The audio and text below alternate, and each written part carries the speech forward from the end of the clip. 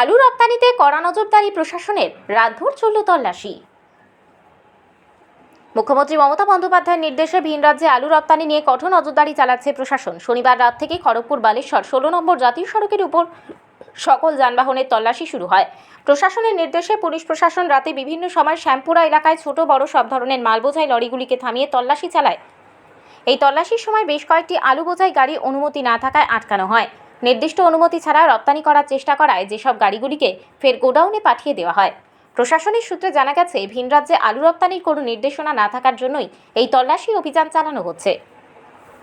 আলু রপ্তানির বিরুদ্ধে এই কঠোর পদক্ষেপ নেওয়ার প্রধান কারণ হলো রাজ্যে আলুর সরবরাহ ঠিক রাখা। মুখ্যমন্ত্রীর নির্দেশে রাজ্যের অভ্যন্তরীণ চাহিদা পূরণের জন্য আলুর রপ্তানি বন্ধ করার নির্দেশ দেওয়া হয়েছে। শ্যামপুরা এলাকায় এই তল্লাশি অভিযান রাতভর চলে এবং প্রচুর সংখ্যক গাড়িকে আটকে তল্লাশি চালানো হয়।